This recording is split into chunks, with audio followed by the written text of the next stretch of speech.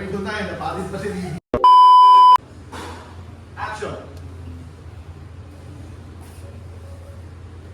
Ang kakapal ng mukha niyan. Bastusin ang boarding house ko.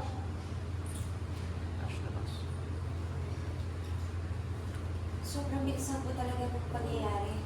Sa totoo lang po kay Sabrina po talaga galing yung idea na magpa-sexy. Ah, so kasalanan pa ng pamangkin ko. Sino nagbigay sa inyo, ha? Ng permiso para magbenta ng sabon dito? Miss Gingy, naghahanap lang naman po kami ng racket para po may pambayad po kami sa mga gastusin po dito sa... Wala akong pakialam. Puro kayo palusot? Bakit? May permit ba kayo? Nagbabayad ba kayo ng tax? Kita niyo na.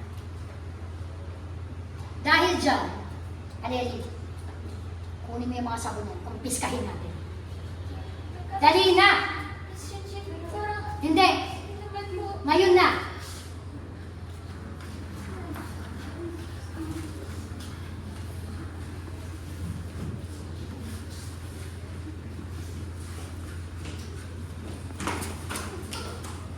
Sorry doon tayo, napalit pa si Bibi. Kapatid si. Pag-exit lang. Kapatid siya.